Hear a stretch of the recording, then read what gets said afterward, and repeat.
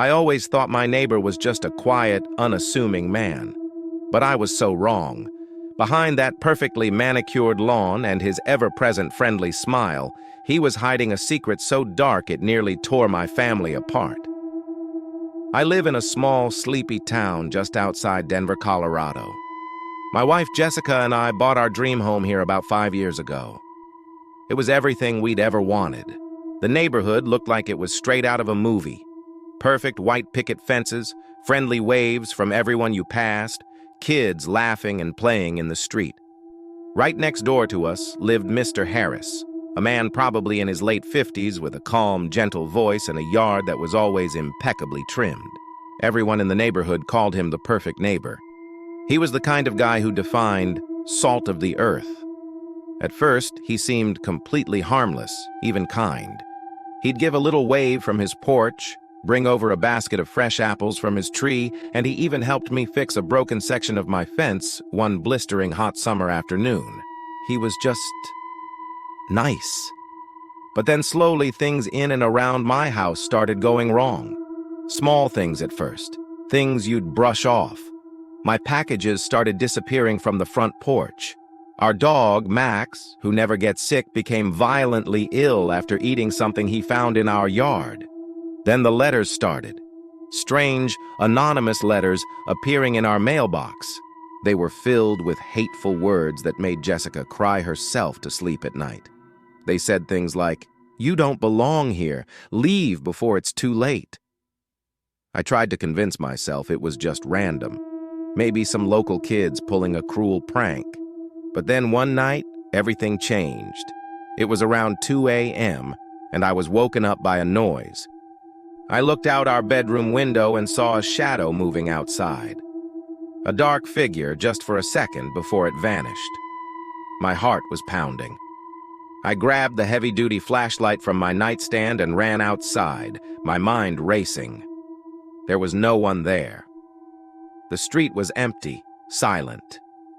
But as the beam of my flashlight cut through the darkness, it landed on something lying on the ground, right beneath our window. It was a pair of old, worn-out work gloves.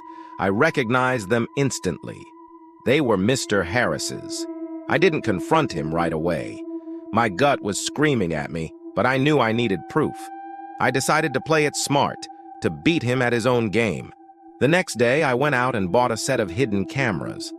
I spent the afternoon installing them all around the house. One disguised as a rock, aimed at our mailbox, another tucked away in a birdhouse, watching the backyard, and a tiny, almost invisible one positioned near the garage door. I told Jessica we were just being cautious. Days passed, and for a while, nothing happened. I started to wonder if I'd imagined it all. And then, the camera footage came through. The truth, captured in grainy, undeniable video, was about to come out. I sat down at my computer, my hands shaking as I clicked play on the first recording. What I saw made my blood run cold. It was him, Mr. Harris. The footage from the mailbox camera was crystal clear.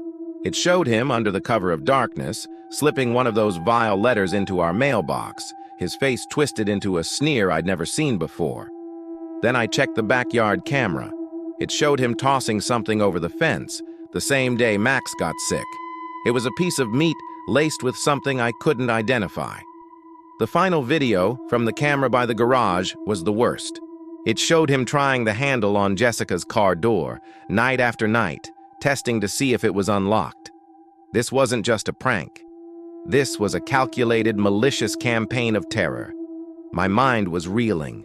Why? Why would he do this? The next morning, I couldn't even look at him as he gave me his usual friendly wave. The kindness in his eyes now looked like a mask for something truly monstrous. I took the footage straight to the police. When they saw the evidence, they didn't hesitate. They went to his house, and what they found in his basement was a shrine of obsession. He had photos of my family, maps of our property, and journals filled with paranoid, hateful ramblings about us being intruders who had ruined his peace. It turned out he'd done this to the last family that lived in our house too, successfully driving them away. He saw the house as his, and anyone who lived in it was an enemy. Mr. Harris was arrested, and the sense of relief that washed over us was indescribable. The nightmare was finally over. We don't live in fear anymore, but that perfect suburban image is forever shattered for me. It's a chilling reminder that you never truly know who is living right next door. The darkest secrets can hide behind the most ordinary smiles. Thanks for watching our story. If you found this compelling, please hit that like button and subscribe for more real-life accounts. Stay safe out there.